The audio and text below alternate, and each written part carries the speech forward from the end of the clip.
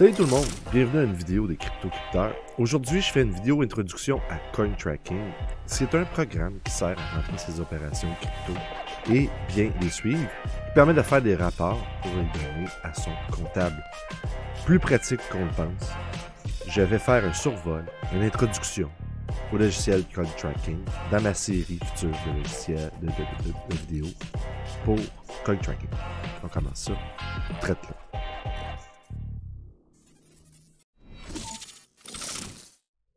Donc, encore une fois, bienvenue à ma vidéo. Une vidéo qui va servir d'introduction à CoinTracking. Dans cette vidéo-ci, je vais faire un survol. C'est quoi que ça fait, grosso modo. Les prix. Pourquoi. Je vais faire un survol. Les prochaines vidéos vont être beaucoup plus axées à entrer des opérations, à expliquer un peu les différentes options. Sans plus tarder, je vais commencer à vous l'expliquer. Donc, en se rendant sur le site de CoinTracking, on peut bien sûr se créer un nouveau compte. Donc, vous cliquez ici sur Login Register et vous faites un Sign Up. Donc, moi j'ai mis ici test CCH, un mot de passe, puis vous pouvez rajouter votre email pour avoir un backup quand vous perdez votre mot de passe. Une fois que c'est fait, vous faites Sign Up Now, comme ça. Et voilà, on a commencé à se créer un compte. Donc, on voit ici, c'est écrit Hello test CCH and welcome to CoinTracking. Un dernier étape qu'il nous faut faire. S'il vous plaît, sélectionnez votre type de currency et votre langage avant de continuer. Donc, moi, je vais rester en anglais parce que c'est quand même plus simple de trouver de l'info sur un programme comme ça en anglais qu'en français. Donc, je vais changer ici pour du canadien parce que je suis du Canada. Je garde English, puis on va choisir notre time zone. Donc, je mets ici mon time zone. Et voilà. Et là, il nous fait Add or import your transaction now. Donc, ajouter ou importer vos transactions. Voilà. Donc, nous y sommes. Donc, il vous donne quand même un petit tutoriel en partant. Et ici, c'est écrit, voilà, nous sommes partis. Vous pouvez rentrer vos trades et votre portfolio, votre analyse portfolio. On est juste à une étape. Donc, vous pouvez manuellement ajouter des trades. Donc, ici, je vais couper la vidéo. Je vais vous mettre comment ajouter des transactions manuellement dans une vidéo plus tard. Je l'ai faite pour pouvoir continuer à vous expliquer qu'est-ce que les différentes tables dans le CoinTracking comme étant l'introduction. Donc, à partir d'ici, j'ai déjà rentré quelques petites transactions que vous allez voir dans la prochaine vidéo. Mais juste pour vous donner pour juste commencer à bien le faire. Donc, CoinTracking, en gros, vous avez ici, c'est combien? 6 différents volets en haut. Vous avez Dashboard, vous avez Reporting avec plusieurs différentes façons de faire un report. Vous avez Enter Coin, qui en général, c'est ici que vous allez aller pour importer vos transactions. Je vais faire une vidéo plus précise sur ce bout-là. Les Coin Trend, Coin Chart, Coin Price Calculator. Coin Price Calculator, c'est pour savoir un prix, une journée précise, avec une heure précise. Ça peut être très pratique pour rentrer des transactions manuellement. User statistique, Bitcoin. Donc ça, c'est pas mal d'analyse en tant que tel. Ça vous donne plusieurs choses. Vous avez Tax Report, donc vous rentrez c'est ici que vous allez sortir votre fichier Excel, PDF, CSV pour votre comptable. C'est juste ici. Puis l'account, mais c'est comment faire différents types d'accounts, comme ceux-là ici. Donc, bien sûr, moi, j'ai un lien pour que vous puissiez prendre mon lien et acheter CoinTracking avec un 10% de rabais. Et moi, ça me donne, bien sûr, une petite récompense. OK?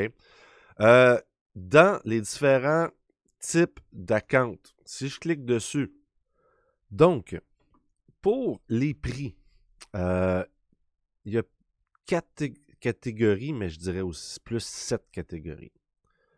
Vous avez gratuit, pro, expert, illimité. Donc, chacune des catégories ont différentes options, bien sûr. Donc, si vous avez le compte gratuit, vous pouvez rentrer 200 transactions. Et bien à noter ici que c'est écrit pour un bonus de bienvenue.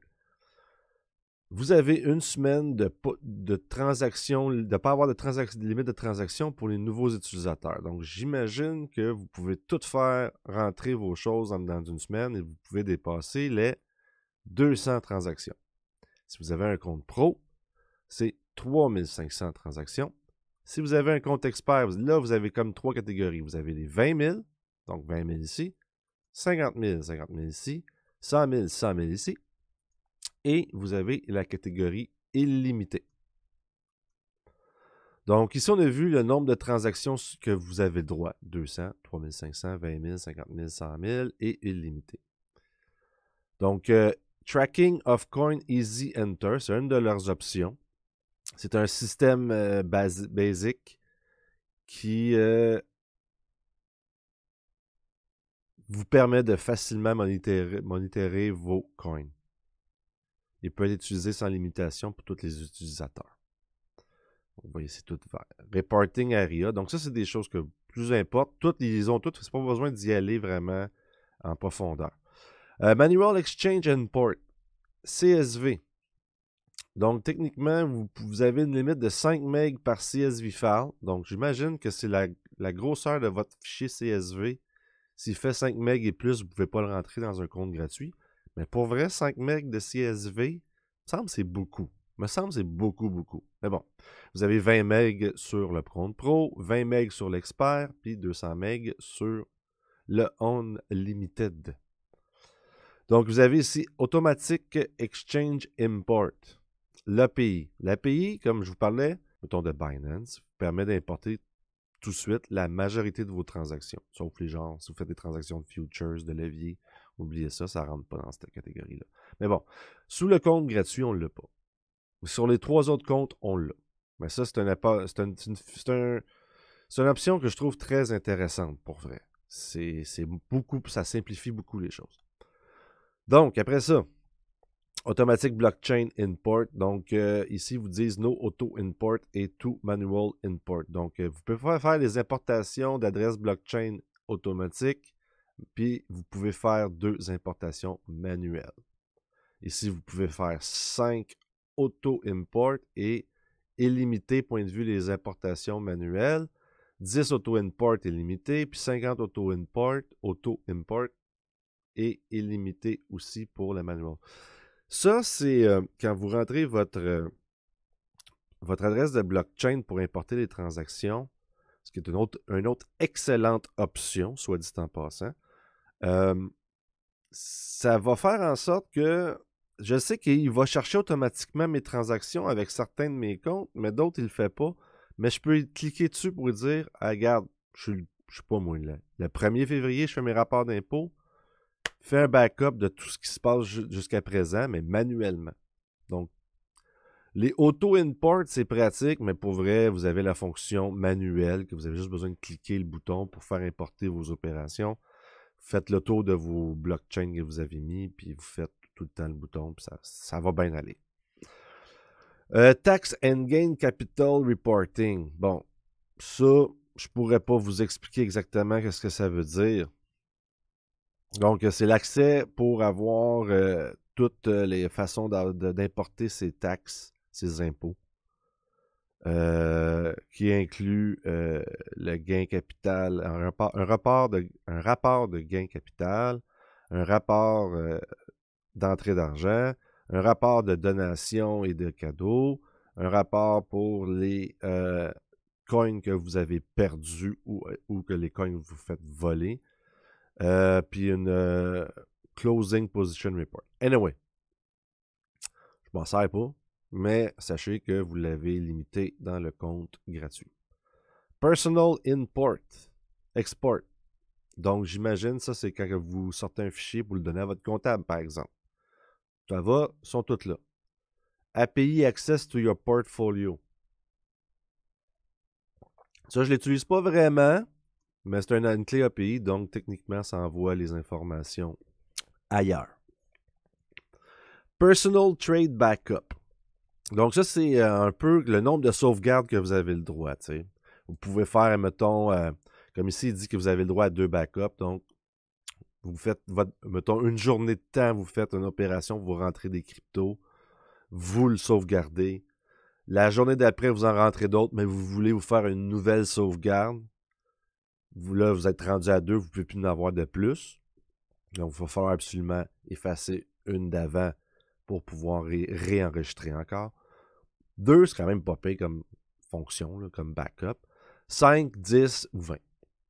Tout dépendant des options que vous avez. Mettre des comptes ensemble. Donc, ça ici, c'est une option, je ne l'ai pas vraiment approfondie, mais je pense que c'est à ça qu'elle sert, c'est que vous êtes une famille. Donc, vous avez vos enfants, votre femme et vous. Bon, votre femme et vous, vous êtes dans la crypto. Vous pouvez vous créer chacun un usager en dessous d'un compte que vous avez. Donc, si vous avez un compte gratuit, vous avez vous pouvez être limité, comme ils disent ici. Mais si vous avez un compte pro, vous pouvez mettre plusieurs différents acomptes et payer pour une fois le compte pro, mais que vous pouvez mettre vous et votre femme, admettons, ou votre femme et votre homme, peu importe. vous, vous pouvez créer plusieurs usagers, créer plusieurs rapports d'impôts, en d'autres termes. Bon. Après ça, sans publicité, exclusive benefit, bon, ça, après ça, on tombe dans les affaires plus près. Il y a beaucoup d'options, mais je veux dire, quelque part, vous, ce que vous avez besoin, c'est de rentrer vos transactions. Donc, maintenant, c'est quoi vos prix? C'est combien ça coûte? C'est pas gratuit, là. Ça, on s'entend. C'est pas gratuit. Donc, ici, vous avez 200, 3500 transactions, 20 000 et en illimité. Je reviens là-dessus. Quand vous achetez un compte, c'est ce que vous avez le droit en transaction. Croyez-moi que si vous faites du staking, vous arrivez très vite, je pense, aux 3500 transactions. C'est un bon départ. C'est un bon départ. 200, vous n'aurez pas assez. À tous les jours, surtout, si à tous les jours vous recevez des récompenses, il y a 365 jours par année. Ça fait déjà dans un an 365 récompenses, donc 365 transactions. Bon. Ceci dit, les prix maintenant. Donc, vous avez ici la catégorie 1 an, 2 ans, à vie. Okay? Donc, si on prend 1 an, le compte est gratuit bien sûr. Le compte pro va être 12,99 US. Le compte expert à 20 000 transactions va être 19,99 US. Et le compte illimité va être 69,99 US. N'oubliez pas, c'est par mois, ces chiffres-là, c'est les prix que ça vous coûte par mois, qui vous sont facturés à l'année. Donc, techniquement, vous avez besoin de payer vos 12 mois.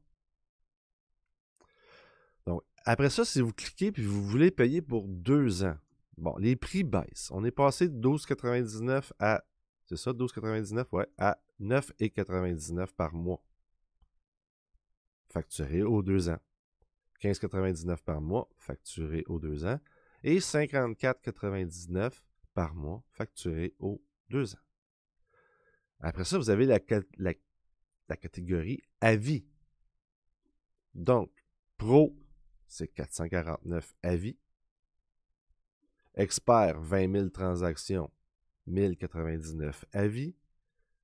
Et illimité, c'est 6 700 $ US à vie. Donc, je ne disais pas, en disant, quand je dis à vie, c'est que vous payez une fois, puis c'est payé pour à vie. La vie, hein, tout au complet. Et sachez une chose aussi.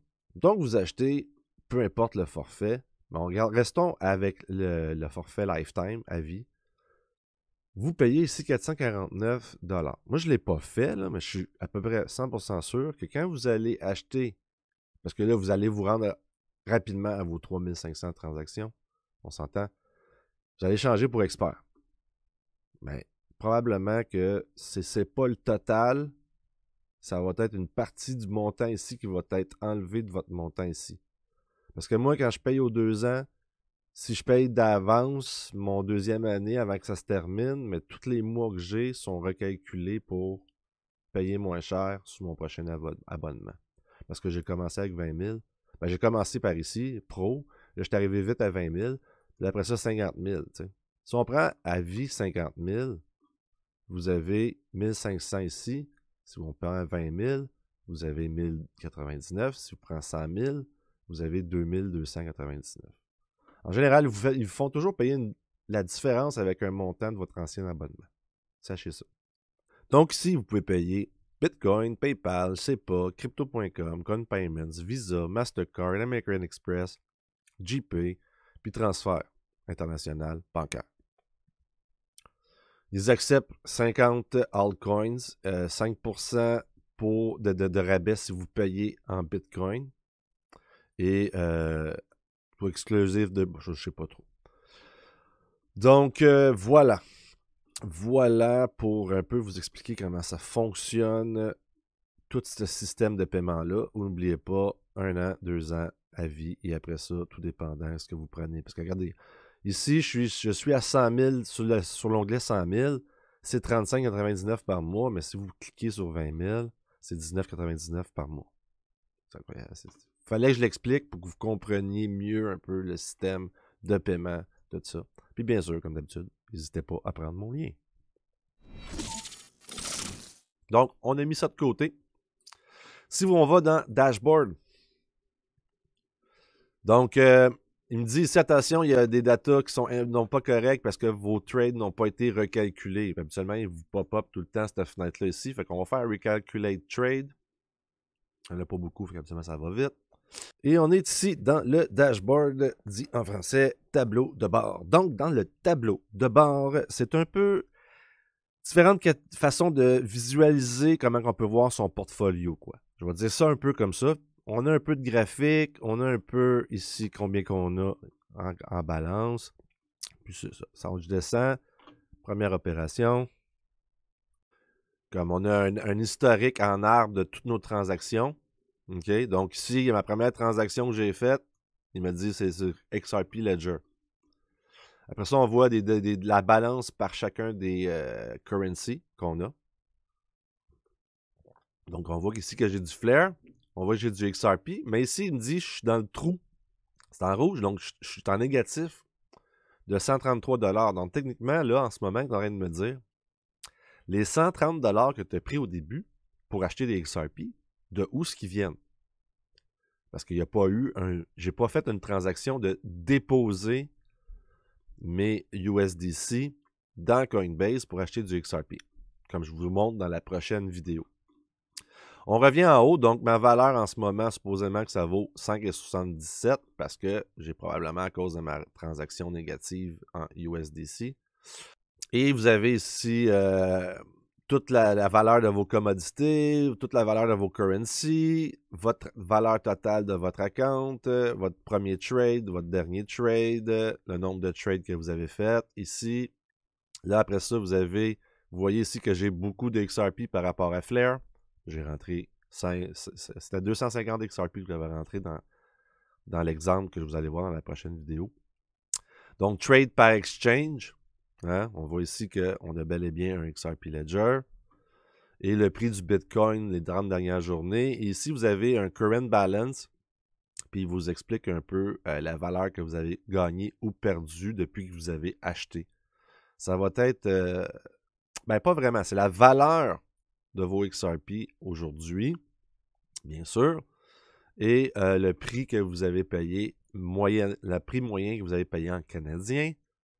Et c'est ça, ça va vous montrer un peu tout ce que vous possédez va être dans Current Balance. Reporting. Vous avez Trade Statistics, Trade List. Ça, c'est beaucoup de choses. Beaucoup de... C'est un peu difficile à expliquer, mais c'est ici que vous allez pouvoir bien suivre vos transactions avec les erreurs. Moi, j'utilise surtout ici les checks, Missing Transaction, Duplicate Transaction, Validate Transaction, Transaction Flow. C'est ça que je vais utiliser surtout. Je vais revenir plus tard avec plus d'explications. C'est juste pour vous montrer, gros, c'est quoi les différentes tables qu'on a.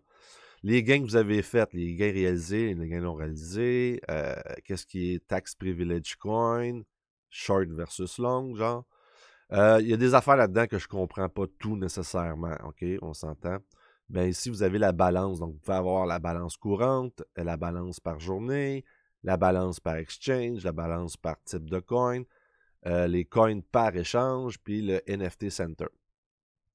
Et après ça, trade statistique. Je vais revenir plus tard là-dessus, juste pour vous montrer qu'il y a différents types de transactions, pas de transactions, mais de vérification qui est ici. Comme vous avez ici, liste des doubles entrées. Donc, si vous avez importé 2 fois le même CSV file, ben, vous allez avoir des entrées doubles. Il va vous les montrer ici. Entercoin, c'est pas mal ce que vous allez utiliser au début, avant de commencer à faire le ménage, parce que bien sûr, des fois, ça n'importe pas super bien. C'est normal, on est encore au début de la crypto, donc il y a des choses qui sont améliorées. Donc, vous pouvez faire une entrée manuelle, ici. Donc, vous pouvez importer vos transactions sur un échange à partir d'un fichier CSV et vous avez ici tous les différents types d'échanges qui sont supportés. Donc, vous avez Binance, Binance US, vous avez BitTrue, Bybit, Celsius, mais bon, ça ferme. Vous avez Coinbase, Coinbase Pro, Kraken en bas ici. Ouais, faut pas le manquer, faut pas le lâcher.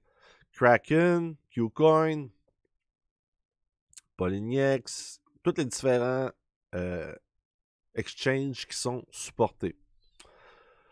Après ça, vous avez Exchange Import API. Ça, c'est un petit peu plus compliqué, mais c'est des clés API que les échanges vous permettent d'avoir. Et après ça, vous allez être supporté par différents autres programmes. Ici, dans CoinTracking, avec Exchange Import API, c'est tous les exchanges qu'ils supportent. Puis pour vrai, c'est tellement plus simple quand un échange est supporté. Donc, vous avez Binance ici. Binance que beaucoup de monde aime utiliser. Donc, à chaque fois que vous allez faire une transaction sur Binance, il va l'importer automatiquement. À chaque fois que vous allez faire une transaction sur Coinbase, il va l'importer automatiquement. Kraken, Qcoin, il va l'importer automatiquement. C'est vraiment une option que si vous pouvez la prendre, je vous la conseille fortement. C'est celle-là qui est un petit peu la plus simple à faire. Elle est plus difficile à mettre en fonction parce que ça prend quand même le temps d'aller sur son échange, créer la clé d'API et après ça l'importer dans CoinTracking. Mais c'était vraiment une belle façon de faire. Wallet Import. Donc, vous voyez ici Bitbox, Bitcoin Core Client, Blockchain, Electrum, Exodus, GitHub, Ledger Live, MyCilium, Cilium et Treasure. Moi, j'utilise pas trop Wallet Import parce que je préfère importer par blockchain. Ah. Parce que, mettons que j'ai des XRP sur mon Ledger, mais je vais aller rentrer l'adresse de mes XRP ici dans Ripple XRP et toutes les transactions qui vont être faites à cette adresse vont être importées automatiquement. Et remarquez aussi que vous avez quand même 200 autres et plus altcoins que vous pouvez décider de rentrer. Comme je vous dis, je vais revenir sur ça, mais pas juste pour vous montrer les options que vous avez. Legacy Import. Donc, ça, je pense que c'est beaucoup plus en tant que tel sur les échanges qui sont fermés, comme vous voyez ici, Quadriga CX. Dans mes jeunes années de crypto, j'ai utilisé Quadriga CX, mais pour vrai, je ne sais pas comment aller les chercher, c'est fermé cette histoire-là. Legacy Import, Bulk Import. Ça ici, ça va être votre manière custom d'importer vos transactions. Je m'explique. Vous avez ici CSV Import, Excel Import, Custom Exchange Import. Absolument, quand vous cliquez sur, si je me souviens bien, Custom Exchange Import, vous allez prendre un fichier CSV ou Excel. Vous allez l'importer, mais vous allez définir dans CoinTracking quelle colonne équivaut à quoi. Comme la colonne des frais, la colonne de la vente, la colonne de l'achat. Donc, on fait un trade sur Coinbase. On achète pour 100$ d'XRP, mais vous allez définir que le 100$, c'est votre vente. Vous avez vendu 100$. Et XRP va être votre achat et le nombre de coins que vous avez eu.